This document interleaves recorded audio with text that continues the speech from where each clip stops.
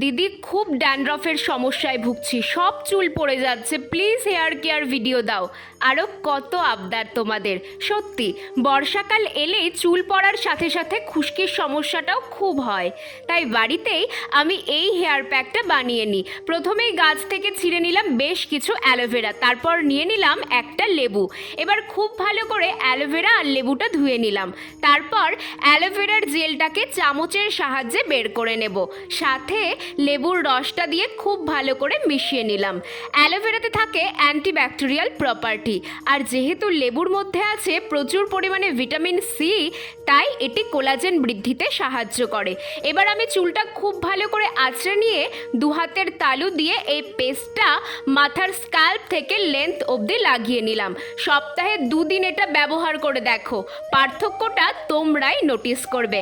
ব্যাস, লাগানো হয়ে গেছে, এবার 2 ঘন্টা পর শ্যাম্পু করে নেব।